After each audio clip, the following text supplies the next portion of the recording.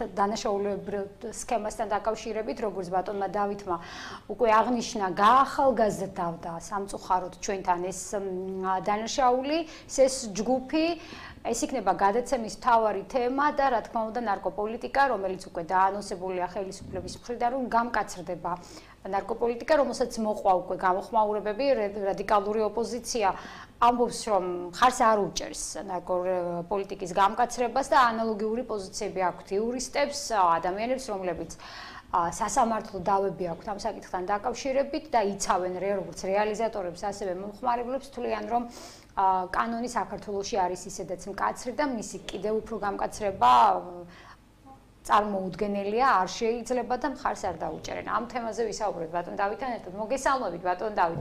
მადლობა გიხდით სტუდიაში მოგზაურობისათვის. სანამ ორგანიზებულ დანაშაულზე გადავალთ ბატონ დავით და მის გაახალგაზრდავებაზე რამ გამოიწვია ეს, ჩვენი საუბარი მინდა დავიწყო ნარკოპოლიტიკით. ხელისუფლებამ დაანონსა უკვე ეს არის რიგით მესამე რეფორმა ახალი წლის შემდეგ. მკაცრდება კანონი ნარკოპოლიტიკის შესახებ. ეს ეხება არა მხოლოდ რეალიზატორებს, ეს ეხება მომხმარებლებს და რაც მნიშვნელოვანია, ეხება რეალიზატორების ოჯახის წევრებს და მათთან დაკავშირებულ, ესე ვთქვათ, ჯგუფს, ეს შეიძლება იყოს ნათესავი, ნათლი მირონი და ასე შემდეგ. ანუ ვისაც აქვთ ამ ბიზნესთან კავშირი, ან როგორც ქვია ეს უკანონო ნარკოტიკებით ვაჭრობა, თუმცა კანონიერი ნარკოტიკებით ვაჭრობა უბრალოდ არ არსებობს ეს სქემა. და საუბარია იმაზე, რომ ჩამოერთმევათ გარდა იმისა, რომ იქნება სამუდამო პატიმრობაც გააჩნია ნარკოტიკების რაოდენობას, ასევე საუბარია ამ კანონის თანახმად იმაზე, რომ მათ ჩამოერთმევათ უძრავი ქონება. სხვა შორის ამაზე ისაუბრა ამ ეთერში ექიმმა გიანიშნიანიძემ და თქვა კიდევაც, რომ ეს არის ძალიან კარგი თუ ამ ადამიანებს ჩამოერთმევათ ქონება, მათ აეკრძალებათ სახელმწიფო სამსახურში მოღვაწეობა და საერთოდ ზოგადად საზოგადოებრივი თავშეყრის ადგილზე გამოჩენა ასეთ ადამიანებს. სირცხვილი უნდა იყოს, რომ მათთან ურთიერთობაც კი. თქვენ როგორ ფიქრობთ ბატონ დავით, დარწმუნებული ვარ, რომ ხარს უჭერთ ამ კანონს და გამკაცრებას, მაგრამ რაში მდგომარეობს ის მოსაზრებები, რომ ისედაც მკაცრია და ამაზე მეტად როგორ შეიძლება გამკაცრდეს? აი, იყო მკაცრი სააკაშვილის დროს და სიმკაცრემ რა მოგვიტანა, პირიქით უკვე შედეგი გამოიწვიაო ამბობენ და თქვენ ძალოვან სტრუქტურაში მუშაობდით იმ პერიოდში და შემდეგ პერიოდშიც. საინტერესოა თქვენი მოსაზრება ამასთან დაკავშირებით. პირველ რიგში მივხვდით იმისა, რომ თქვენ ვცდილობთ, რომ თემა გაყოთ, ეს ორივე თემა, რომელზეც ჩვენ დღეს საუბარი მოგვიწევს, ძალიან მჭიდრო კავშირშია ერთმანეთთან. დიახ. პირველ რიგში მაშინ, როდესაც ლიბერალური კანონმდებლობა იქნა საქართველოში მიღებული, პირადად მე ვთვლიდი, რომ ის არ იყო ჩვენი ოპერატიული ვითარებისთვის თავსებადი, არსებობდა ბევრი გარემოება, მაგრამ მე მაინც შევეცდები, რომ სულ რამოდენიმე ერთეულზე მოგაწოდოთ ინფორმაცია. პირველ რიგში ეს გახლავთ ზოგადად ფსიქოლოგიური პორტრეტი, თქვათ ამ ნარკოტიკებთან დაკავშირებით, რაც იმ პერიოდში, როდესაც ჩვენ ვღებულობდით ამ ლიბერალურ კანონმდებლობას, რამდენად თავსებადი ვიყავით ზოგადად ნარკობიზნესისათვის, როგორც ასაკობრივად, ისე ზოგადად მასშტაბების თვალსაზრისით. მე ვფიქრობ, რომ კანონის მიღების დროს ჩვენ ვიყავით ძალიან მაღალი მოწყვლადობის ქვეშ და შესაბამისად ეს იყო ძალიან სუსტი ადგილი და მას არ შეიძლებოდა რომ საბოლოო ჯამში არ დაეზიანებინა ქვეყნის ეროვნული ინტერესები.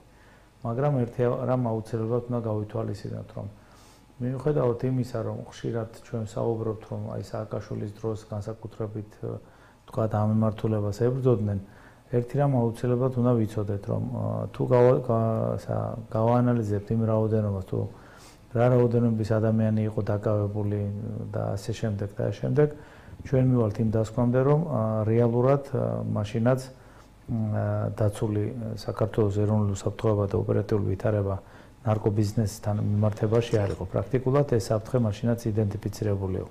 წინააღმდეგ შემთხვევაში ამდენი დაკავებული არ უნდა ყოფილიყო. მე არ ვსაუბრობ იმ ფაქტებთან დაკავშირებით, რომელშიც შესაძლებელია რომ გარკვეული ინტერესი იყო, რომ ეს დანაშაულებები თქვათ არ ქონდა ადამიანებს შადარნილი, არ მონაწილეობდნენ ამ დანაშაულში, მაგრამ სხვადასხვა მიზნებისათვის მათ შორის ქონების ჩამოსართმევა და ეს შემდეგ და ეს შემდეგ ესეთი ტიპის თქვათ პირობითად ჩადებებიც ხორციელდებოდა. ესე რომ საბოლოო ჯამში ჩვენ მივიღეთ იმ პერიოდში ფსიქოლოგიური განწყობა, რომ ყველა ოჯახი პრაქტიკულად, რომელსაც კი შეეხო ეს დაჭერა, იყო გაწამებული. ესე ძალიან დიდი მასშტაბი ჰქონდა იმ პერიოდში და შესაბამისად ის ყველაფერი, რაც თქვათ სტაბილური ოპერატიული ვითარების დროს ქართველი ადამიანისათვის, საქართველოს ცხოვრები ადამიანებისთვის მიუღებელია ზოგადად რაიმე ლეგალიზაციაზე საუბარი და ლიბერალიზაციაზე ნარკოტიკებთან დაკავშირებით, ძალიან მარტივად პროპაგანდისტულად გამზადებული იყო უკვე იმ პერიოდისათვის, როდესაც ჩვენ მივიღეთ გადაწყვეტილება, რომ კანონი ყოფილიყო ლიბერალური. ერთ სიტყვით ესე იყო თუ ასე იყო, მივიღეთ დამაზიანებელი შედეგი და ის ყველაფერი, რასაც დღეს ხელისუფლება აკეთებს, არის სწორედ რეაგირება იმ საფრთხეზე, რომელიც გამოიწვია იმ კანონმდებლობამ, რომელიც როგორც ყოველთვის და არაერთხელ გვისაუბრია, არ იყო გამყარებული მეცნიერულად, პრაქტიკულად. კიდევ ერთხელ უბრუნდები იმ საფრთხეს, რომ ჩვენ მივიღებთ როგორც ქვეყნის შიდა, ისე საგარეო პოლიტიკურ გადაწყვეტილებებს სამეცნიერო კვლევების გარეშე. სახელმწიფო არ არის დაინტერესებული, რომ სათანადო კვლევები აწარმოოს და რეალურად ფიქრობ, რომ ამ პროცესებში უცხო ქვეყნების ზეგავლენა ძალიან მაღალია. თუ ვისაუბროთ ზოგადად რას გულისხმობთ უცხო ქვეყნების ზეგავლენა ძალიან მაღალია? თანამედროვე ეტაპზე განსაკუთრებით ცივი ომის შემდეგ, როდესაც მოხდა მასალების დღის სინათლეზე გამოტანა, ესე იგი საიდუმლო მასალების განსაიდუმლოება მოხდა, რეალურად ძალიან ბევრი ინფორმაცია გაჟღერდა, რომელიც ეხებოდა როგორც საბჭოთა კავშირს, ისე ამერიკის შეერთებულ შტატებს და დასავლეთის სახელმწიფოებს, როდესაც ძალიან დიდი თანხები იხარჯებოდა სხვადასხვა ქვეყნებში პოლიტიკური რეჟიმების დამხობისათვის, ახალი პოლიტიკური რეჟიმების გამოკვებისათვის და ეს შემდეგ და ეს შემდეგ. შესაბამისად, ამან ყველაფერმა დამაზიანებლად იმოქმედა ამ სახელმწიფოების ეროვნული უსაფრთხოების სისტემაზე კომპრომეტაციის თვალსაზრისით და ალბათობის მაღალი ხარისხით თუ დავაკვირდებით მომავალთა განვითარებას, ჩვენ ვაკვირდებით, რომ არანაირი შემცირება სახელმწიფო გადატრიალებებისა სხვადასხვა სახელმწიფო ზოგადად საერთაშორისო არენაზე არ ხდება. შესაბამისად, აუცილებელია რომ არსებობდეს ისეთი თანხები, რომლებიც გამოყენებული იქნება სახელმწიფოთა პოლიტიკურ და სადაზვერო ინტერესების შესაბამისად, მაგრამ არ იქნება შესაძლებლობა იმისა, რომ რეალურად გაიგონ საიდან მოდის ეს თანხები. ესე იგი პრაქტიკულად ნარკობიზნესი არის ერთ-ერთი მნიშვნელოვანი მიმართულება, სადაც ხდება ეგრეთ წოდებული შავი ფულის აკუმულირება, რომელშიც ალბათობის მაღალი ხარისხით ჩართული არიან უცხო ქვეყნების სადაზვერო სამსახურები, მათ ქოლგის ქვეშ ხორციელდება აღნიშნული ტრანზიტები, წინააღმდეგ შემთხვევაში თანამედროვე სამყარო იმ განვითარების დონეზე, რომელზედაც ჩვენ ვართ, როდესაც მათ შორის ძალიან მაღალ დონეზეა კოსმოსური დაზვერვა განვითარებული, ამ დონის ნარკოტრაფიკი არ უნდა არსებობდეს და შესაბამისად აუცილებლად ყველა სახელმწიფო სპეცსამსახურმა ეს იცის, რომ არის იდენტიფიცირებული საფრთხე ნარკობიზნესი, ეს გახლავთ არა მარტო პირადი მოგებისათვის რაღაც მიღებული თანხები, არამედ ეს არის სახელმწიფოებისათვის მნიშვნელოვანი შემოსავლები, რომელიც გამოყენებულია შემდეგ სხვადასხვა დესტრუქციული ქმედებისთვის სამიზნე სახელმწიფოებში, მათ შორის სახელმწიფო გადატრიალებებისთვის, მათ შორის ისეთი ხელისუფლების შენახვისათვის, რომლებიც აღასრულებენ უცხო ქვეყნების სადაზვერო ინტერესებს, მაგრამ ეს ყველაფერი არ არის ფიქსირებული იმ ბიუჯეტში, რომელიც გამოყოფილი არის შესაბამისად ფინანსთა სამინისტროების მიერ და შესაბამისად ყველაფერი ხდება ისე, რომ სადაზვერო ქმედებები დაფარულია ნარკობიზნესის მიმართულებით. დღეს ამაზე შორს წაგვიყვანს მსჯელობა, მაგრამ ვფიქრობ, როდესაც თქვენი სურვილი იქნება, ჩვენ შეგვიძლია რომ ანალოგიურად გავიაროთ ტერორისტული ორგანიზაციების საქმიანობა და ჩვენ ვნახავთ, რომ ნარკობიზნესი და ტერორისტული ორგანიზაციები ესენი წარმოადგენენ მნიშვნელოვან სადაზვერო ინსტრუმენტებს უცხო ქვეყნის სადაზვერო სამსახურების ქვეშ. და ეს საკითხები ჩვენთვის განსაკუთრებულად მნიშვნელოვანია, იქიდან გამომდინარე, რომ ჩვენ 50 წლის განმავლობაში ვართ არასტაბილური ქვეყანა, იქიდან გამომდინარე, რომ ამ მოკლე პერიოდში ჩვენთან იყო ორი სახელმწიფო გადატრიალება, ერთი სისხლიანი, ერთი უსისხლო, ეგრეთ წოდებული მშვიდობიანი.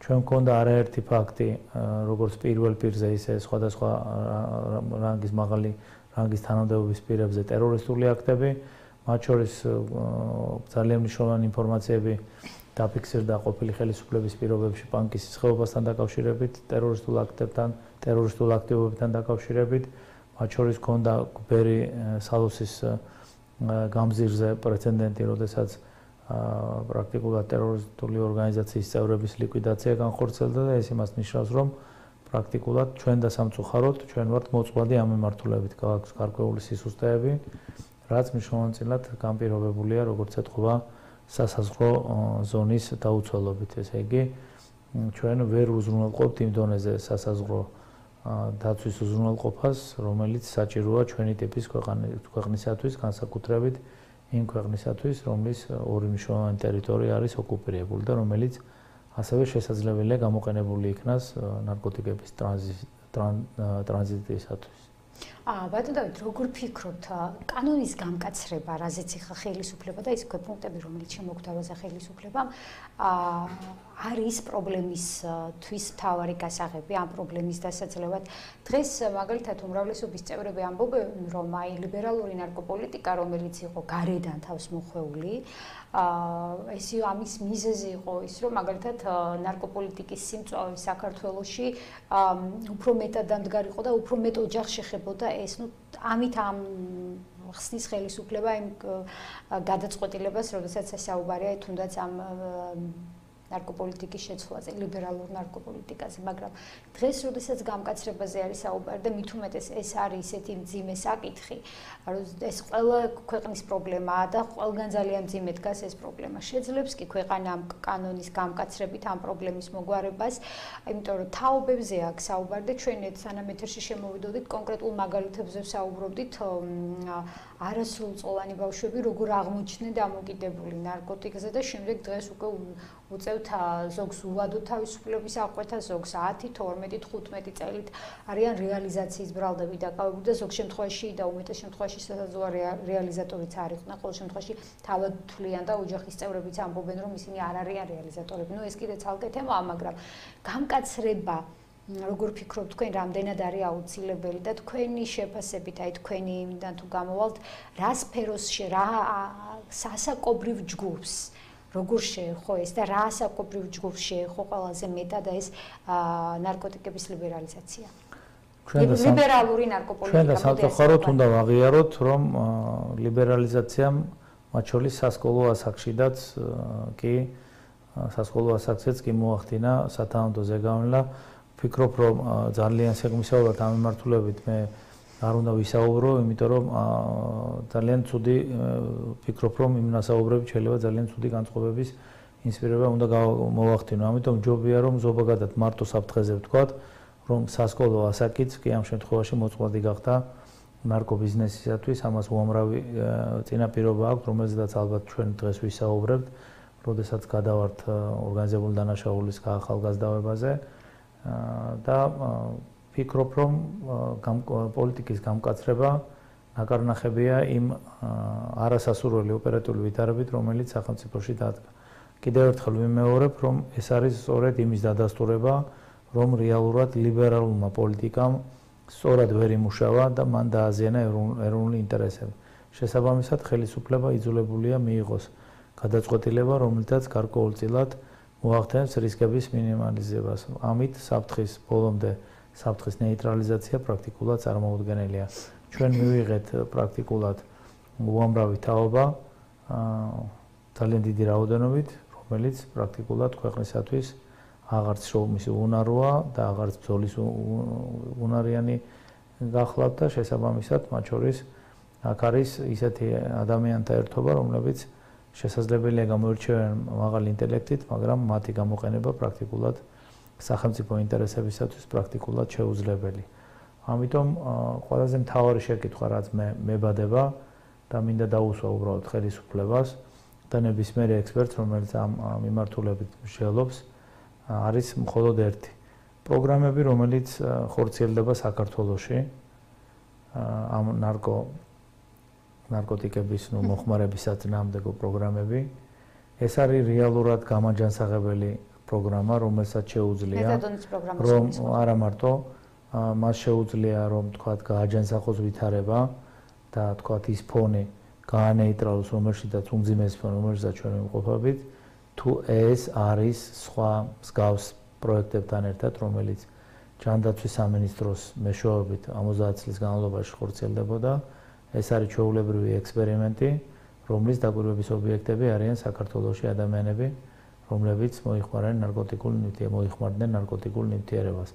აი ამ შეკითხვას აუცილებლად პასუხი უნდა გაეცეს, იმიტომ რომ როდესაც პროგრამა ხორციელდება, მას უნდა კონდეს დადებითი ეფექტი.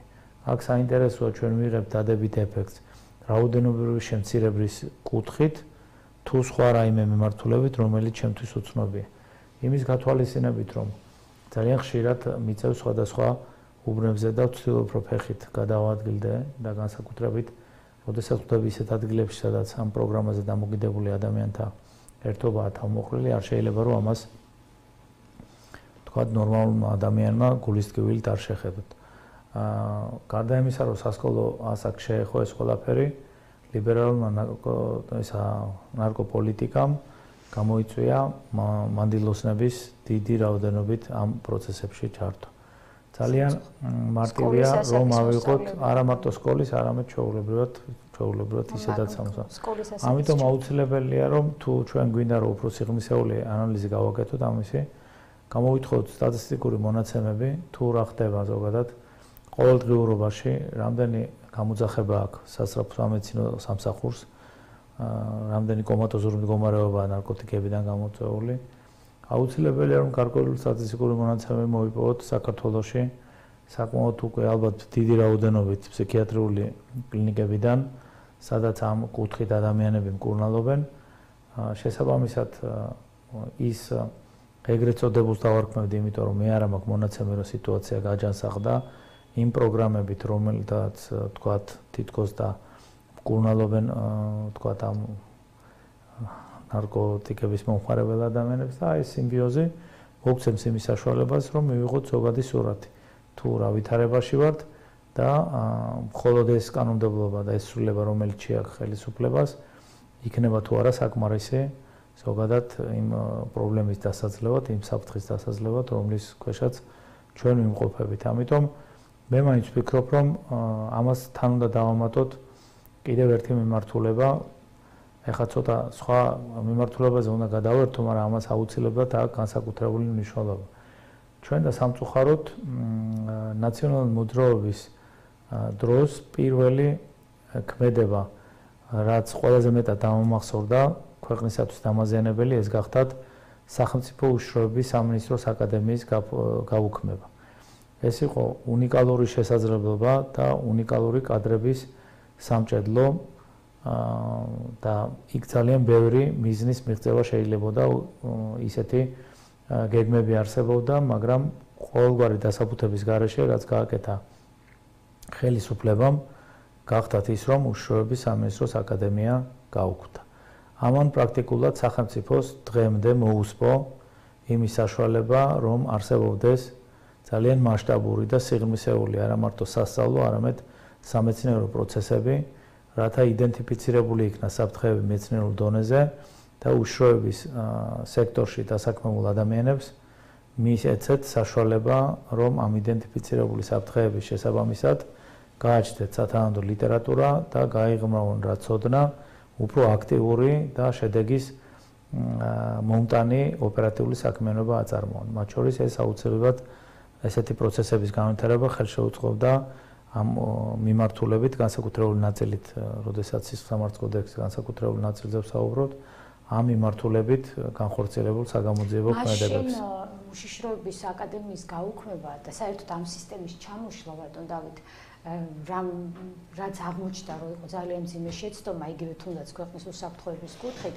მაშინდელმა ხელისუფლებამ ეს ახსნა იმით, რომ ეს იყო მემკვიდრე საბჭოთა კავშირის. უშიშროების აკადემია და ზოგადად უშიშროების სამინისტროც და საერთოდ უშიშროების სამსახური და ამ მოტივით მოხდა უშიშროების აი ყველაზე ესეთი სტრუქტურის ჩამოშლა.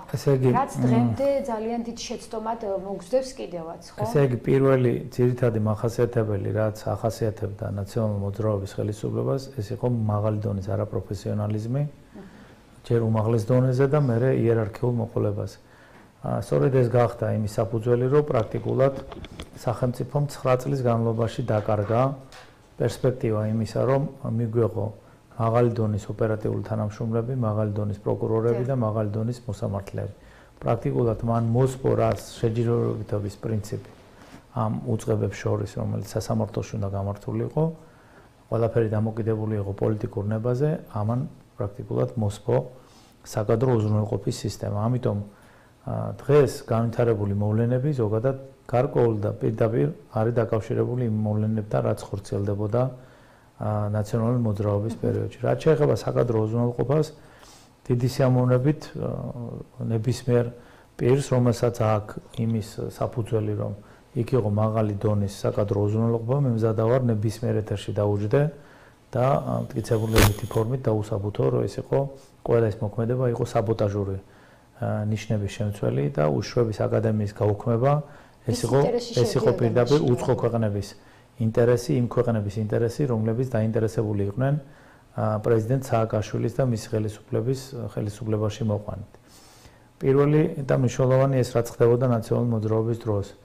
ანალოგიას ხვდებით უკვე ამ ხელისუფლების პირობებში. თუ არ ვწდები, შინაგან საქმეთა მინისტრი ამ პერიოდში იყო გახარია, როდესაც გაუქმდა შინაგან საქმეთა სამინისტროს აკადემია. ეს იყო უნიკალური შესაძლებლობა, სადაც პრაქტიკულად ორდონიანი სწავლება მიმდინარეობდა საბაკალავრო კუთხით, სადაც მეც მქონდა შესაძლებლობა, რომ შევსულიყავი აუდიტორიებში და მესწავლებინა და იყო ესევე მაგისტრატურის კურსი, სადაც სწავლობდნენ სხვადასხვა უმაღლეს სასწავლებელებში ნასწავლი და მაღალი ინტელექტის მქონე ადამიანები, რომელსაც ძალიან დიდი პერსპექტივა ჰქონდათ, რომ თავისი ქვეყნის ინტერესებისთვის ძალიან დიდი და მნიშვნელოვანი საქმეები ეკეთებინათ. მიმდინარეობდა მუშაობა მესამე საფეხურის უზრუნველსაყოფად, მსგავსად უშიშროების აკადემიისა. იქაც იყო საუბარი იმაზე, რომ უნდა მესამე საფეხურის სადოქტორო მიმართულება უნდა განვითარებული იყო და ამ შემთხვევაში სახელმწიფოს მიეცემოდა შესაძლებლობა როგორც ნაცმოძრაობის პირობებში, ისე ახალი ხელისუფლების პირობებში, რომ საიდუმლოების გრიფით მომხდარიყო ისეთ მნიშვნელოვანი კვლევები, რომელიც აუცილებელია როგორც ოპერატიული თანამშრომლებისთვის, ისე ხელმძღვანელი პირებისათვის, ისე საგარეო საქმეთა სამინისტროსთვის და კიდევ ბევრი სხვა უწყებისათვის. ჩვენ და სამწუხაროდ ჩვენ მოვლენათა პარალელიზმთან გვაქვს საქმე. ამ შემთხვევაშიც დარწმუნებული ვარ ალბათობის მაღალი ხარისხით, რომ ეს იყო უცხო ქვეყნების სადაზვერვო ინტერესების აღსრულება. ვინდა როგორ აღასრულებდა, ეს უკვე არის საქართველოს კონდაზვერვისა და გენერალური პროკურატურის პრეროგატივა, მათ შეუძლიათ, რომ ამ შემთხვევაში მათ მნიშვნელოვანი საქმიანობა გასწიონ და იმ შემთხვევაში თუ ისინი ჩათვლიან, რომ ჩემი პროფესიული გამოცდილება საკმარისი არის იმისთვის, რომ მე მათ დავეხმარო, თქვათ, როგორც ერთი რიგითი მოქალაქე, მე მზადა ვარ, რომ გამოთქვა ამ მიმართულებით მზადყოფნა, თუმცა გითხრათ სიმართლე, ძალიან ნაკლებად პერსპექტივად მიმაჩნია, რომ ამ მიმართულებით ვინმე რაიმე გააკეთოს. ახლა ისევ დაუბრუნდეთ თემებს. ნახეთ, ესე იგი, რეალურად მე ორ პროცესზე ვისაუბრე, რომელიც პირდაპირ კავშირშია თუნდაც იმ ნარკობიზნესის განვითარებასთან. ჩვენ და სამწუხაროდ, როგორც უშიშროების, ისე პოლიციური სტრუქტურაში ჩვენ გვაქვს ძალიან მოკლევადიანი სასწავლო პროგრამები და თუ იმას გავითვალისწინებთ, რომ უმაღლესი სასწავლებლების აბსოლუტური უმრავლესობა ვერ უშვებს იმ პროდუქტს, რომელიც სახელმწიფო სჭირდება თავისი პრობლემების გადასაწყვეტად, მაშინ გამოდის, რომ რეალურად ჩვენ ვართ ძალიან ცუდ მდგომარეობაში. ამიტომ ეს პროცესები არის ერთმანეთთან ძალიან ახლოს მასში და ვფიქრობ, რომ ამ პროცესების ირგვლივ რეაგირება სამართლებრივი ძალიან ბევრ რაიმეს ნათელს მოფენს და მათ შორის მოფენს ნათელს იმ პირების შესახებ ინფორმაციის შეკრებას, რომლებიც ყველა ხელისუფლების პირობებში ინარჩუნებენ თანამდებობებს, ან შექმნეს ძალიან დიდი ქონებრივი მდგომარეობა და ვერასოდეს ვერ დაასაბუთებენ ამ თავიანთი ქონებრივი მდგომარეობის ჭეშმარიტებას, რომ მათ კანონიერი გზით აქვთ ეს ქონებები შეძენილი. ამიტომ მაინც მივდივართ განათლებას. განათლება უპირველეს ყოვლისა და ქმედებები, რომელიც გარკვეულწილად შეიცავს უცხო ქვეყნების სადაზვერვო სამსახურების ზეგავლენასა და შეღწევადობის ნიშნებს. არც ერთ სახელმწიფოს, არც მეზობელს და არც შორებელ სახელმწიფოს არ სურს, რომ საქართველოში იყოს მაღალი დონის საგანმანათლებლო სისტემა. ალბათ ამიტომაც არის, რომ საგანმანათლებლო უწყებაში ძირითადად წარმოდგენილი არიან არასამთავრობო სექტორის წარმომადგენლები, რომლებიც ასწავლიან სტუდენტებს და შესაბამისად ან განათლებაზე არ არიან ორიენტირებული იმაზე, რომ განათლებული თაობა მიეყოთხა. როდესაც მაგალითად NGO, რომელიღაცა NGO-ს წარმომადგენელი შედის აუდიტორიაში და კითხულობს ლექციას, სხვა და თუ სხვა გამას ალბათ, ხო? ძნელია ალბათ ამაზე აუცილებლად გვექნება ჩვენ საუბარი, რატომ ჩააბარეს უმაღლესი სასწავლებლები NGO-ს, რა თქმა უნდა და არა მაგალითად პროფესორებს, ადამიანებს, რომლებსაც აქვთ გამოცდილება მით უმეტეს დახუნძლული არიან ამ განათლების ამ კუთხით, რომ ასწავლონ აუდიტორიებში და სტუდენტებმა მიიღონ განათლება და ჩვენ ვხედავთ პირიქით ეს ადამიანები არიან თამაშგარე სიტუაციაში დაყენებული და აუდიტორიებში ძირითადად შეყვანილი არიან არასამთავრობო სექტორის წარმომადგენლები. პროგანწყობების შემქმნელი, პროგანწყობების შექმნელი პროფესორ-მასწავლებლები ჩვენ და სამწუხაროდ ძალიან დიდი ნაწილი ეწევა უცხო ქვეყნების აი ესეც სპეციალურ არ გაამართლა იმ სისტემამ იმ რეფორმამ, რომელიც ამ მიმართულებით საქართველოს გავესხები თქვენს კოლეგას ირაკლი გოგავას და აუცილებელია ამ ბოლონიის პროცესს ავახციოთ თავი. სასურველია, იმიტომ რომ ძალიან დამანგრეველი შედეგები მოიტანა ჩვენი ქვეყნისათვის. და კიდევ ერთი რა, აი ესეც ისე განხორციელდა, რომ რეალურად ხელისუფლებამ, რომელმაც ეს ბოლონიის პროცესის კუთხით დაიწყო საქართველოში, თქვათ, მისი დანერგვა, არ არსებობს არანაირი მტკიცებულებითი ფორმის დოკუმენტი, რომ პირობითად რომელიმე სამეცნიერო კვლევითი ცენტრში, მაშინ ჯერ კიდევ არსებობდა კვლევითი ცენტრები, სწორედ იმ ხელისუფლების პირობებში სიღრმისეულ რღვევას ჩაეყარა საფუძველი სამეცნიერო კვლევითი ცენტრებისა, ხელისუფლებას ჰქონდა შესაძლებლობა, რომ რამდენად სასარგებლო იქნებოდა ქვეყნისათვის ესეთი ტიპის კვლევები განეხორციელებინა. ესე იგი, წუხვარ იმაზე რაც ხდებოდა და წუხვარ იმაზე, რომ ამ მიმართულებით არავის არაფერს გაგონება არ უნდა და ეს არის უმძიმესი მდგომარეობა ჩემთვის, იმიტომ რომ მე ვერ წარმოვიდგენია სახელმწიფოს განვითარება მაღალი დონის საგანმანათლებლო პროცესების გარეშე. უპირველესი აი იმ პროცესის დასაძლევად, რომელზეც ჩვენ უკვე ვსაუბრობთ, ნარკობიზნესის დასაძლევად და შემდეგ რომელ პროცესსაც ვისაუბროთ, ეს არის აუცილებელი, რომ შინაგან საქმეთა სამინისტროს და სახელმწიფო უსაფრთხოების სამსახურში შეიქმნას საკმაოდ ხანგრძლივ პერიოდიანი სასწავლო პროცესი, შეიქმნას სამეცნიერო ცენტრები ამ სისტემაში და დაიწყოს საიდუმლოების გრიფით სხვადასხვა ტიპის კვლევების წარმოება, რომელიც აუცილებელია სახელმწიფოსათვის. წინააღმდეგ შემთხვევაში ჩვენი განვითარება წარმოუდგენელია. მე კიდევ ერთხელ ვიმეორებ, რომ მე ეჭვი არ მეპარება არც შინაგან საქმეთა სამინისტროს და არც სახელმწიფო უსაფრთხოების სამსახურში, რომ არიან მაღალი ინტელექტის მქონე ადამიანთა მნიშვნელოვანი ერთობა არის იმ ცოტა ისეთ საკადრო უზრუნველყოფასთან ერთად, რომელიც ზოგადად გარკვეულწილად ფეოდალიზმის ნიშნებს შეიცავს. სისტემაში ფეოდალიზმი არ შეიძლება, სისტემებში არ შეიძლება, რომ სამსახურის ხელმძღვანელების პირად ინტერესებს ემსახურებოდნენ კადრში მყოფი ოფიცრები თუ რიგითები, მათი ერთ-ერთი მოვალეობა, რომ ემსახურებოდნენ საქართველოს. ამიტომ უნდა დავიწყოთ ის, რაც ყველაზე მეტად დასაწყებია. როგორ წარმოგიდგენიათ თქვენ ებრძოლოთ დანაშაულს, თუ ზოგადად არ გაგაჩნიათ რაიმე ტიპის მნიშვნელოვანი სამეცნიერო ლიტერატურა, სადაც განხილული და გაანალიზებულია ის მიმართულებები. აქედან გამომდინარე, რატო ვითხოვთ იმას, რომ ესა მაღალი დონის, თქვათ, საბრძოლო მოქმედებები გქონდეს ნარკო ბიზნესის წინააღმდეგ და მოდით და ახლა შემედავეთ ან თქვენ, ან ნებისმიერი, ვისაც ამის სურვილი ექნება, თუნდაც პირდაპირ ეთერში, რომ ეს არ არის უცხო ქვეყნების დაინტერესება და იმ, თქვათ, ნარკო ბიზნესის ჯგუფებში მონაწილე ადამიანების დაინტერესება, რომ საქართველოში არსებობდეს მყარი საგანმანათლებლო სისტემა, რომ თუ დანაშაული ვერ აღიქვ, შესაბამისად საფრთხეს იდენტიფიცირებასაც ვერ ახდენ და ვერც რისკებს ვერ შეაფასებენ. ბატონო დავით, ის რომ ჩვენ არ გვაქვს მყარი განათლების სისტემა, ამის მაჩვენებელი, ამის ესე ვთქვათ, მიზეზიც არის ის, რომ სამწუხაროდ გაახალგაზრდა ორგანიზებულ დანაშაულებრივი ჯგუფი, რომელზეც თქვენ საუბრობდით წინა ეთერში. დაუკავშიროთ განათლებას ეს თემაც.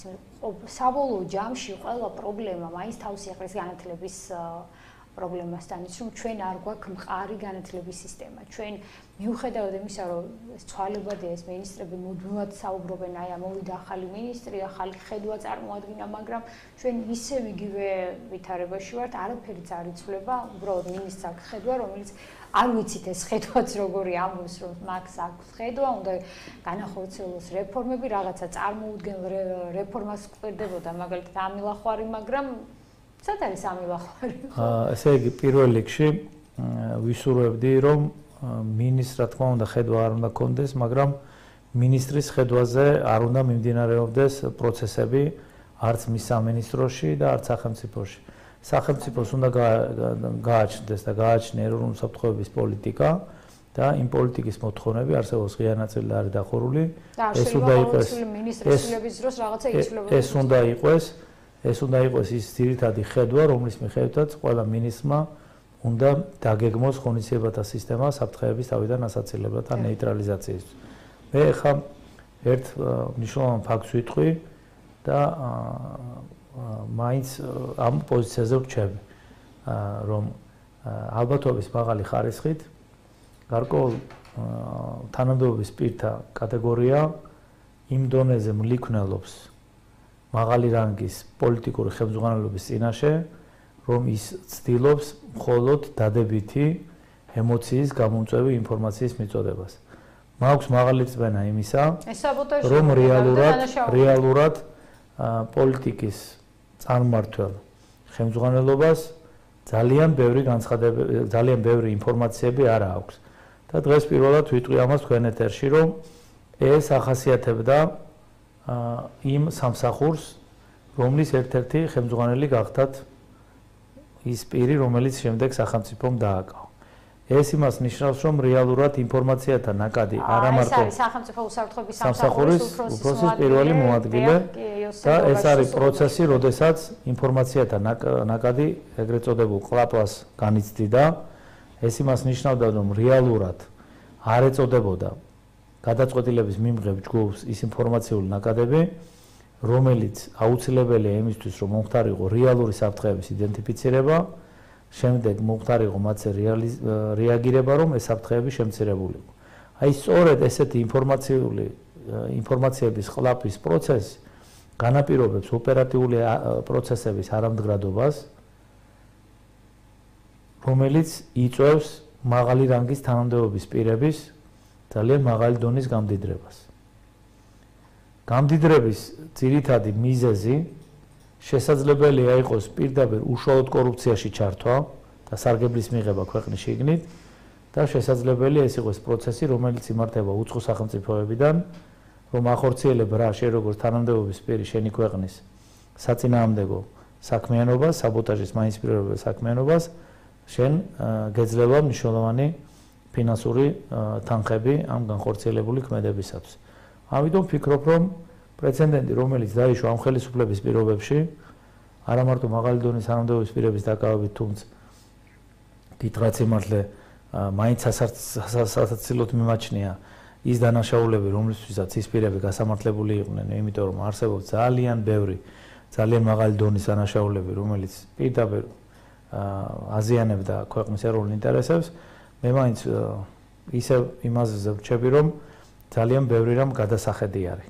თუ ჩვენ არ გადავხედავთ იმ დანაშაულებს, რომელსაც ჩადიოდნენ ესე თუ ის პირები, ეს არის მნიშვნელოვანი მაპროვოცირებელი ახალი თანამდებობის პირობისა, რომ მათ ჩაიდინონ ანალოგიური დანაშაულები. ამიტომ პრეცედენტი, რომელიც დაშვებული იყო გოგაშვილის შემთხვევაში ქონების ჩამორთმევასთან დაკავშირებით, ვფიქრობ, რომ ეს მექანიზმი უნდა ამუშავდეს და ამ მექანიზმის მეშვეობით აუცილებელია განხორციელდეს იმ ქონებების გადამოწმება, რომლებიც 70 წლის განმავლობაში დააგროვეს მაღალი თუ დაბალი რანგის თანამდებობის პირებმა, რომლებსაც არ შეიძლებოდა ქონოდათ ამ ტიპის შემოსავლები, არ შეეძლოთ რომ ამ ხელა ტიპის მოგება მიიღოთ, თუ ისინი უკანონო საქმიანობაში არ იქნებოდნენ ჩართული. Აი ეს იქნება მნიშვნელოვანი კიდე პრეცედენტი იმისა, რომ ჩვენ ზოგადად კრიმინალური ვითარება ზოგადად რომელსაც მაგრამ ამას გავამარტივოთ. ეს უკვე არის ხელისუფლების პოლიტიკური ნების აუცილებელი არის ალბათ რომ პრეცედენტი შეიქმნას ხო ბატონ დავით რომ სხვას არ მოუნდეს იგივე გზით დავუშვათ გამდიდრება როგორც მაგალითად გოგოშვილი ახსენეთ ჩვენ არც ვიცით ბოლომდე არის თუ არა მაქსიმუმ მისი ქონების ჩამორთმების ნაწილში რა ხდება ხო ყოველ შემთხვევაში რაც გაჟღერდა მე იმაზე ვსაუბრობ და მე ვფიქრობ რომ ეს იყო პრეცედენტის არ მქონე 50 წლის განმავლობაში ეს იყო უნიკალური შემთხვევა და ვფიქრობ რომ ეს იყო ძალიან კარგი მაგალითი იმისა რომ აბსოლუტურად ყველა ვინც საკუთარი ქვეყნის ინტერესებით საძიანოდ მოქმედებს მას შესაძლებელია რომ ქონება ჩამოერთვას. ეხლა რაც შეეხება გაახალგაზრდაობას, ნახეთ. ეს არის ძალიან მნიშვნელოვანი და რამაც ძალიან შემაშფოთა სიმართლე რო გითხრათ, როდესაც ეს ახსენეთ თქვენ და მაშინ საერთოდ რო არ გვაძლევდა ამის გავრცელება. ესეც არის არასტაბილური და ქვეყნისათვის არა საყრდნობა თქვენი ეს ეჭვია ეს ბატონო დავით ეს არის გონივრული ეჭვზე საუბრობთ მტკიცებულებები არის ამის თუ აი რა საყრდნობა თქვენი ეს განცხადება რომ გაახალგაზრდა სამწუხაროდ ორგანიზებული დანაშაულებრივი ჯგუფი ქვეყანაში. კარგი, ძალიან მარტივ მაგალითს მოგიყვანთ. თუ გავიხსენებთ ზვიად გამსახურდიას ძალადობრივ დამხობას. კი ბატონო გავიხსენებთ. და გავიხსენებთ ზვიად გამსახურდიას მხარეს თუ მოწინააღმდეგე მხარეს მდგომ ადამიანთა ასაკს საუბრობ სახელმწიფო გადატრიალებაზე თანამედროვე ეტაპზე რაც ჩვენ ვიხილეთ 2024 წელს რამდენად განსხვავება ასაკებს შორის და რამდენად მასშტაბური იყო ძალიან ახალგაზრდა გაუთვითცნობიერებული და სათანადო ზოგადად გამოცდილების და საფრთხეების აღქმის კოეფიციენტის არ მქონე ახალგაზრდების სკოლის მოსწავლეების ყოფნა ამ პროცესებში. არა მარტო ყოფნა, არამედ აქტიური მონაწილეობა და მათ შორის ცეცხლის გახსნა სახელმწიფო სტრუქტურების წარმომადგენლებთან მიმართებაში. მხოლოდ ეს არ არის საკმარისი იმისთვის, რომ ჩვენ ზოგადად აი რატო არის აუცილებელი ყველა პროცესის არა მარტო სამართლებრივი, არამედ მეცნიერული გაანალიზება. აი მარტო ის რა დღის რომ ასაკობრივი თქვა შეფასება გაკეთდეს თუ რა ასაკის ადამიანები იღებდნენ იმ პროცესებში მონაწილეობას და რა ასაკის ადამიანებთან მქონდეს საქმე. ნახეთ როგორ არიან ჩართული პოლიტიკურ პროცესებში სკოლის მასწავლებლები და ისინი როგორ პროვოცირებენ მოსწავლეების საპროტესტო პროცესებში ჩაბმას. ეს რას ნიშნავს გეკითხებით თუ ჩვენ მოვლენებს ვაფასებთ რომ პროცესები რომელიც მიმდინარეობს ეს არის სახელმწიფოს წინააღმდეგ მიმართული პროცესები მაშინ რა გამოდის ვინც იქ მონაწილეობს ესე იგი ისინი გარკვეულწილად მიდრეკილი არიან რისკენ რომ ისინი შესაძლებელია პერსპექტივაში გახდნენ მიდრეკილი სახელმწიფოს ძალადობრივი დამხობისაკენ. ეხლა გადავიდეთ ძალიან სხვა მიმართულებაზე. რეალურად სოციალურმა მდგომარეობამ 50 წლის განმავლობაში მძიმე ეკონომიკურმა მდგომარეობამ ჩვენ და სამწუხაროდ ძალიან ბევრი ოჯახი სწევრი დააშორიშორა ერთმანეთს. შესაბამისად მივიღეთ ისეთი უარყოფითი შედეგი, რომ ძალიან პატარა ასაკის ბავშვები უკვე იქცნენ როგორც დანაშაულის იარაღად. ჩვენ არ უნდა დაგვაუწყდეს ის გარემოება, რომ ალბათობის მაღალი ხარისხით ზუსტად იმ ზღვართან მდგევართ და ალბათობის მაღალი ხარისხით ხელისუფლება იმიტომ იღებს დაჩქარებულად ამ გადაწყვეტილებას, რომ ნარკობიზნესის მიმართულებითაც სავარაუდოდ გაახალგაზრდებულია ზოგადად ის ასაკი, რომლებიც ჩართულიანია ზოგადად ამ ყიდვა-გაყიდვის პროცესში.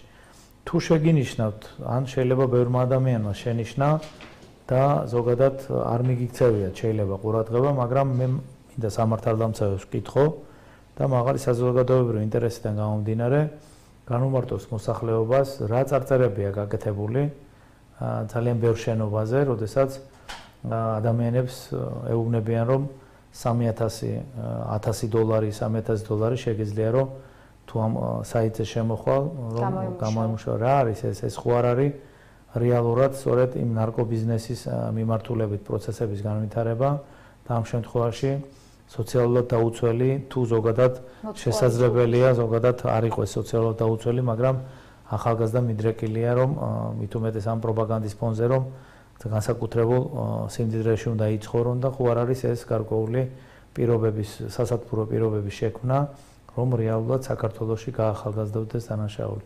ყველაფერი გათვლილია. საქართველოს კანონმდებლობით არსებობს ასაკი, რომლის მიხედვითაც სისხლისამართლის პასუხისმგებლობა არ დგება. ეს იმას ნიშნავს, რომ რეალურად ყველა იმ თქვათ სახიფათო აქციისათვის, რომელიც საქართველოს წინააღმდეგ შეიძლება იქნეს გამოყენებული, სწორედ ამ ასაკის ადამიანები შეიძლება იყვნენ ჩართული. ამიტომ კანონის მიღებას ყოველთვის წინ უნდა უსწრებდეს მისი მეცნიერული გზით დასაბუთება. კვლევებით უნდა ხდებოდეს ამა თუ იმ კანონის მიღება. ამიტომ ვფიქრობ, რომ ამ კუთხით განვითარების გარეშე ჩვენ ძალიან დაბალი პერსპექტივა გვაქვს, რომ სტაბილური ოპერატიული ვითარება მივიღოთ. აი თუნდაც კანონი, რომელიც მივიღეთ, რომელიც ემსახურებოდა არასამთავრობო ორგანიზაციების მხრიდან, თქვათ, უცხო ქვეყნების ინტერესების გატარებას. მივიღეთ კანონი და ის აღმოჩნდა ბრძოლის უუნარო. სამწუხაროდ. და დღეს ვიღებთ კიდევ ახალ კანონს. მე მაინტერესებს რამე გაითვალა ამ მიმართულებით, რაიმე საიდუმლო გრიფირებული კვლევით, რაიმე ჩატარდა, რომ რაღაც საფრთხეები იყო იდენტიფიცირებული. არსებობს ზოგადად, თქვათ, ან სადაზორო სამსახურის, თქვათ, ძალიან მაღალი ინტელექტუალური ნაწილის, ან შინაგან საქმეთა სამინისტროს, ან კონსადაზორო სამსახურების მიერ გაკეთებული დასკვნები, რომელიც ხელისუფლებამ ყოველთვის საფუძვლად უნდა გამოიყენოს ამა თუ იმ გადაწყვეტილებაში, თუ ეს ისევ არის, თქვათ, მეს პრინციპით მიღებული გადაწყვეტილება. ამიტომ ძალიან დაფიქრება გვმართებს.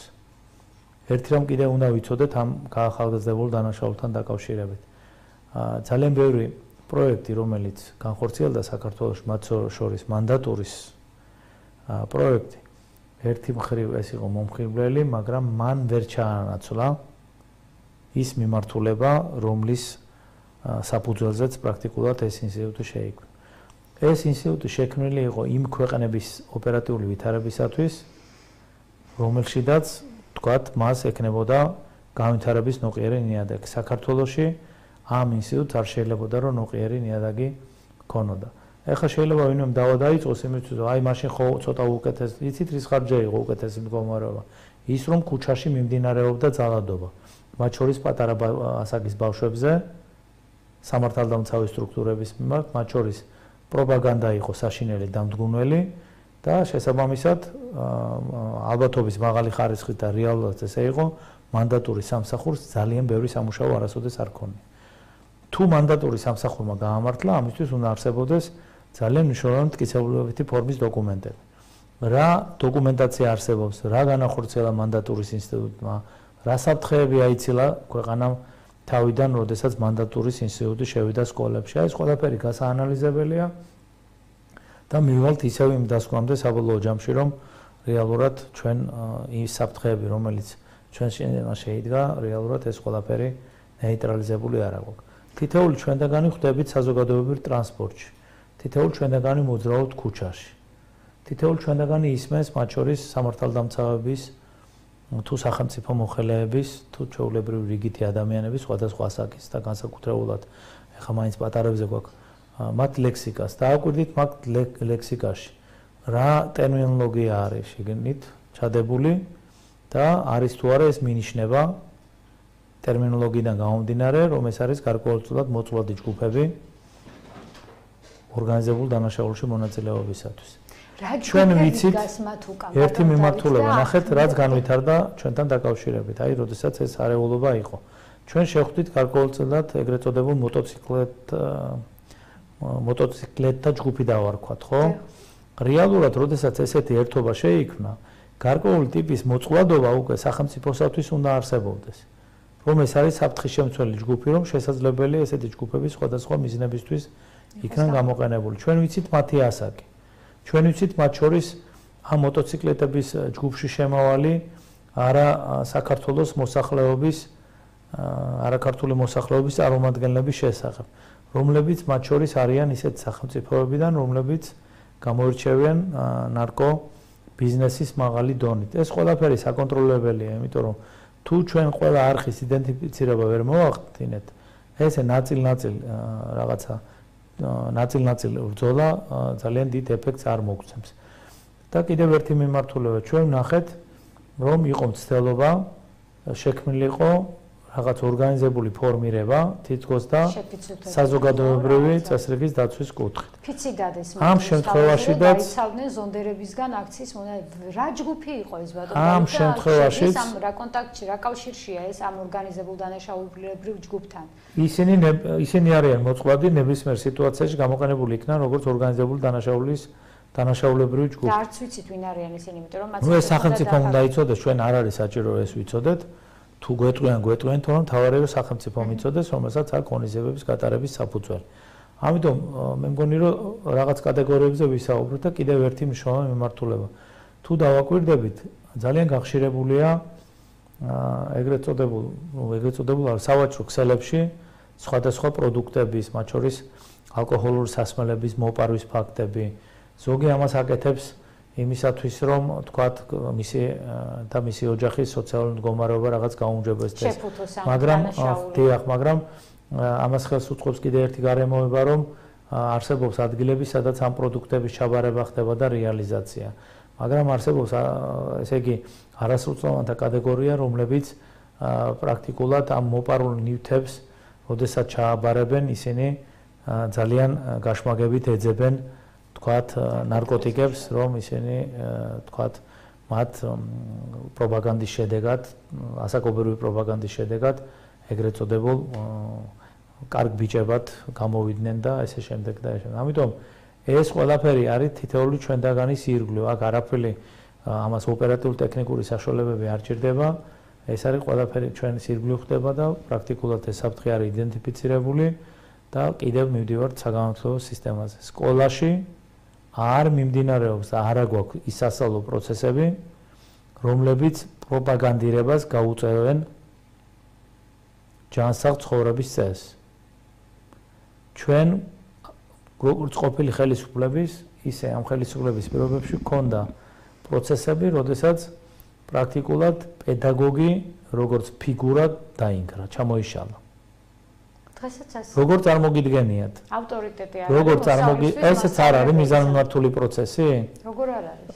ამდენი გამოცდის ჩატარება რისთვის სჭირდება პედაგოგს, რომელმაც მიიღო უმაღლესი განათლება, მას შეიძლება უტარებდე ტრენინგებს, რომ აიმაღლოს დონე და როგორ შეიძლება ესე იგი რა გამოდის, რომ ჩვენ საგანმანათლებლო სისტემა არ გაგვაჩნია. როგორც მაგალითად იურისტები, როდესაც ხდებიან, აუცილებელია რომ გამოცდები ჩააბარო ადვოკატთა იურისტთა ასოციაციაში. რა არის ეს, რა პროცესებია, უბრალოდ ვერ უგებულობ. თუ შენ არ აღიარებ საგანმანათლებლო სისტემას, მოდით მივიდეთ მაშინ ამ გადაწყვეტილებამდე, რომ საერთოდ აღარ გქონდეს საგანმანათლებლო სისტემა, შევქმნათ რაღაცა ესეთი პატარა კომპანიები, სადაც ჩააბარებენ რაღაც გამოცდას და მივცეთ ამ ადამიანებს იმის უფლება, რისი უფლებაც აქვს. ესე იგი ყველა ქმედება არის ერთმანეთთან კავშირში და თუ ქრონოლოგიურად ამას ჩვენ ყველაფერს ერთმანეთთან დავალაგებთ, შექმნილი ვითარება თვითონ გვეუბნება, რომ ჩვენი საგანმანათლებლო სისტემა არის უსუსური. უსუსური არის ორიენტირებული განათლებაზე. რა თქმა უნდა, როდესაც ბავშვი სკოლაში მიდის ცოდნის მისაღებად, მან აუცილებლად თავის წინ უნდა დაინახოს ავტორიტეტი. და როდესაც ეს ბავშვი როგორც სკოლაში, ისე სახლში, ისე ქუჩაში ისმენს, რომ ჩვენ გვყავს დაბალი დონის პედაგოგი. ჯერ კიდევ საკითხავია, ვინ ადგენს ამ ტესტებს, რატო ადგენს და რამდენად მომგებიანია ეს ტესტები, თქვათ, რომლის გადალახვას ვერ ახდენენ პედაგოგები და ხომ არ არის მიზანმიმართული პროცესები, რომ ესეთი ტესტები შედგეს და შემდეგ კომპრომეტირებული იყოს ზოგადად პედაგოგის ინსტიტუტი საქართველოში. ესე იგი, ყველაფერი ერთმანეთთან არის მჭიდრო კავშირში და ამის ტიპის პატრონი ჩვენ პრაქტიკულად არ გვაქვს. კიდევ ერთ რაიმეზე უნდა ვისაუბრო. მართალია ეს ყველაფერი ახლა რასაც მოვაბობ, რაც გაკეთებულია გარკვეულწილად ქვეყნის დემოკრატიულობას მეანიშნებს, მაგრამ მოდი ერთ რაიმეზე უნდა შევთანხმდეთ, რომ ჩვენ ქვეყანაში შექმნილი ვითარება არანაირად არ პასუხობს იმ მოთხოვნას, რომ ჩვენს ხელისუფლებაში პირველი პირები არ უნდა იყვნენ პროფესიონალები და დარგობრივი მიმართულებით საუბრობ და ისინი უნდა იყვნენ კარგი მენეჯერები. ამ ქვეყანაში და ამ ვითარებაში, რომელშიც ჩვენ ცხოვრობთ, წარმოუდგენელია, რომ მენეჯერი არსებობდეს. პირველ რიგში აქ უნდა არსებობდეს აუცილებლად პროფესიონალი, რომელსაც გავლილი აქვს აბსოლუტურად ყველა იერარქია, რომელმაც იცის ყველა ის ტკივილი, რომელსაც განიცდიან ყველაზე დაბალი რანგის ოპერატიული თანამშრომლები და მერე რიგითობით, როდესაც ისინი იერარქიად თუ ესეთ გადაწყობა ჩვენ არ გავაკეთეთ, ჩვენ არაფერი არ გვეშველება და დამერწმუნეთ, რომ ამის ანალიზი გაკეთდეს, ყველაფერი ჩამოშლილი არის.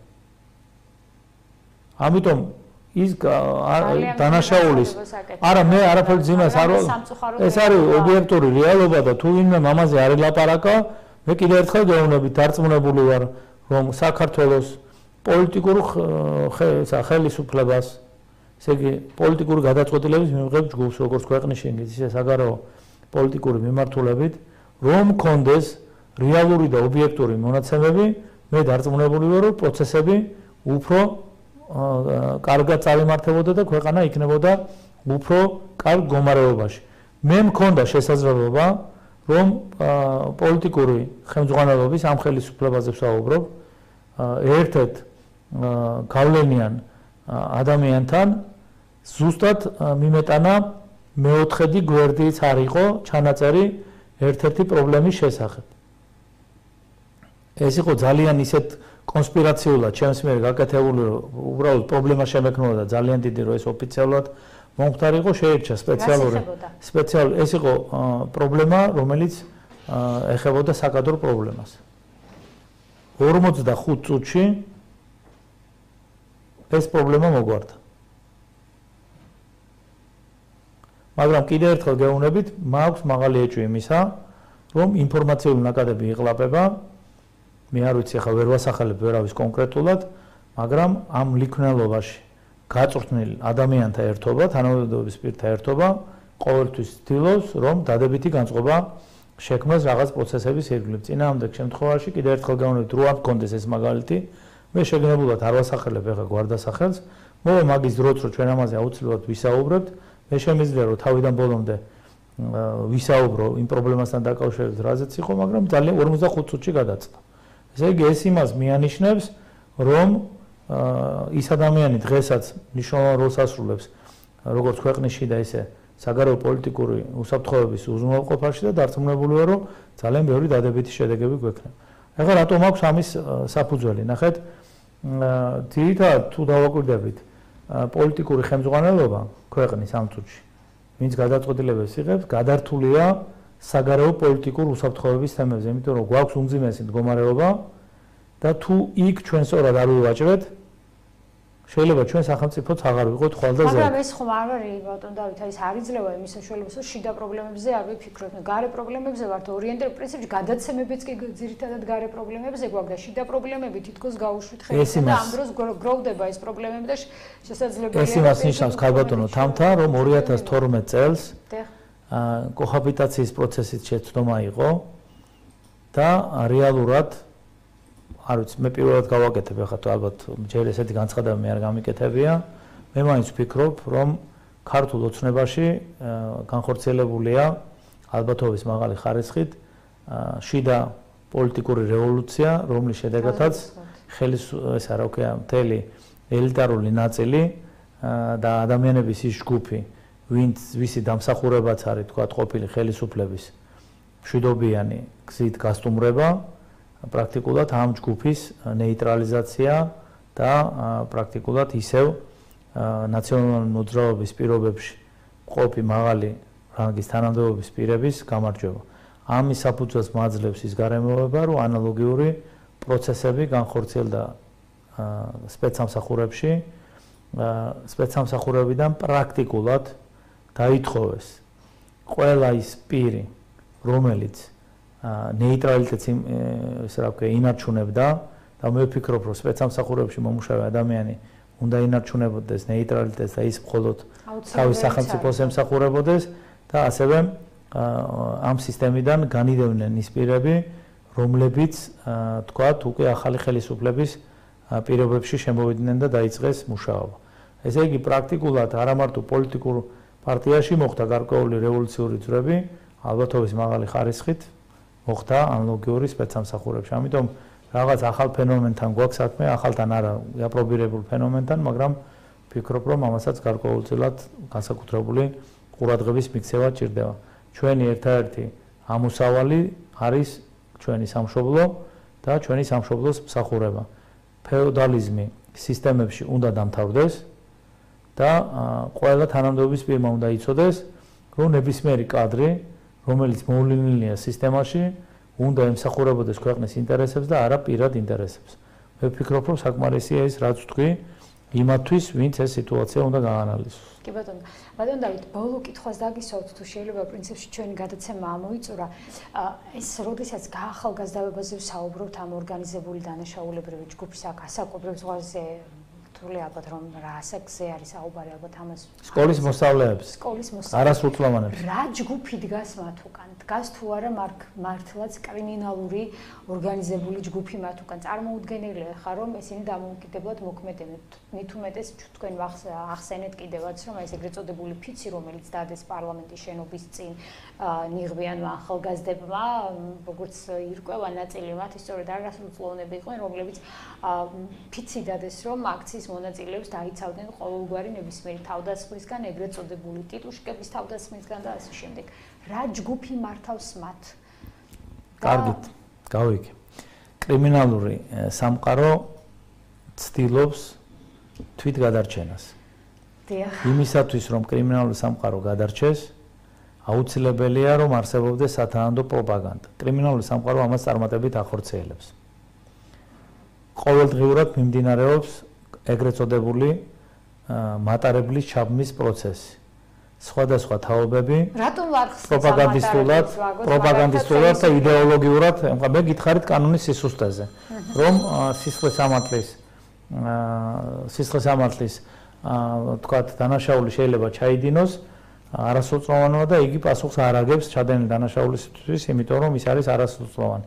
ამიტომ არის კანონი გადასახედი და ამიტომ არის უსაფრთხოებისთვის ძალიან ბევრი რამ გასაკეთებელი. კიდევ ერთხელ გეუბნებით, როდის დაუშვით ჩვენის რომ აი ეს სურათი მიგვეღო, როდესაც დაუშვით აი ამ კანონის ლიბერალიზება. კიდევ ერთხელ ვიმეორებ, რომ კრიმინალური სამყარო არც ერთ ქვეყანაში, ჩვენ არა ვართ რაიმე განსაკუთრებული, თავის პოზიციებს არ დათმობს და ერთი რამ უნდა ვიცოდეთ, რომ უცხო ქვეყნის სადაზვერვო სამსახურებისათვის კრიმინალები წარმოადგენენ მნიშვნელოვან შეღწევადობის ზონას.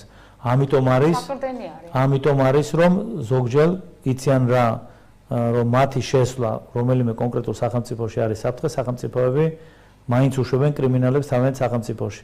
ამასთან ერთად გვაქვს ფაქტები, როდესაც დიპლომატიური პასპორტითაც კი აღჭურვიან კრიმინალებს. ეს იმას ნიშნავს, რომ კრიმინალები შესაძლებელია გამოყენებული იქნან სხვადასხვა აქციებისათვის, მათ შორის საკუთარი ქვეყნის ინტერესების დასაზიანებლად. ამიტომ ყველა სჭირდება ახალი თაობა და კრიმინალური სამყარო იბრძვის იმისთვის, რომ თაობათა წყვეტა არ მოხდეს, შეჯერობით ეს ყველაფერი წარმატებით ხორციელდება. სამწუხაროდ საქართველოშიც ეს წარმატებით ხორციელდება როგორც ჩანს და იმედია ამ გადაცემის შემდეგ ძალოვანი სტრუქტურა მიიღებს შესაბამის ღონისძიებას ბატონ დავით. მე მჯერა რომ უნდა მიიღო. კი ბატონო, მე მართლა ძალიან მძიმე ეთერი იყო. თავისი შინაარსით დღევანდელი ეთერი ბატონ დავით და მადლობა თქვენ იმისთვის რომ აი ესეთი მნიშვნელოვანი ინფორმაცია ჩვენს ეთერში გაამჟღავნეთ და ველოდებით კიდევ ძალიან მნიშვნელოვანი ინფორმაციას ჩვენ გქონდა საუბარი რომ ბატონ დავითი ატარებს ერთ-ერთ კონკრეტულ საკითხზე კვლევას და ჩვენ ძალიან მალე როგორც კი დასრულდება ეს კვლევა ძალიან მნიშვნელოვანი ინფორმაციას შემოგთავაზებთ ბატონ დავითთან ერთად ეს და დარწმუნებული ვარ, რომ შემდეგ პროკურატურას ექნება ამაზე რეაგირება და საკმაოდ ეს იქნება სკანდალური საქმე, ალბათ თუ კი დაკავებების სერია დაიწყება და დარწმუნებული ვარ ამ კვლევას მოყვება დაკავებების სერია, ეს ძალიან მნიშვნელოვანი თემაა, დაგველოდეთ ბატონ დავითთან ერთად, მე არ ვიცი როდის დაასრულოს ბატონ დავითი ამ კვლევას, იმიტომ რომ ძალიან შრომატევადია ეს საქმე. ძალიან დიდი მადლობა ბატონ დავით დღევანდელი ეთერისთვის, საინტერესო საუბრისთვის ტრადიციულად მაყურებელს შევახსენებ რომ ჩვენი გადაცემის სტუმარი იყო ექსპერტი უსაფრთხოების საკითხებში დავით კუხალაშვილი. მე გემშვიდობებით 4 შაბათამდე და რა თქმა უნდა მშვიდობიან ღამეს გისურვებთ და კიდევ ერთხელ მოგმართავთ ძვირფას მაყურებლებო თხოვნით არ დამეზარება ამ თხოვნით მოგმართოთ. გაიზიარეთ ჩვენი არხი, მოიწონეთ. აუცილებელია თქვენი მხარდაჭერა ჩვენთვის. თქვენ იცით რომ ჩვენ მოგმართეთ თხოვნით და შეგვეწიეთ ამ კეთილ საქმეში. შემოგვიერთდება ბატონი დავითიც, ვიცი რომ ისიც ასევე არის ჩვენი სტუმარი და შემოგვიერთდით ბატონ დავით თქვენც რომ თქვენმა მაყურებლებმაც გაიზიარონ ჩვენი არხი, ეს არის ძალიან მნიშვნელოვანი. მშვიდობიან ღამეს გისურვებთ, კარგად ბრძანდებოდი.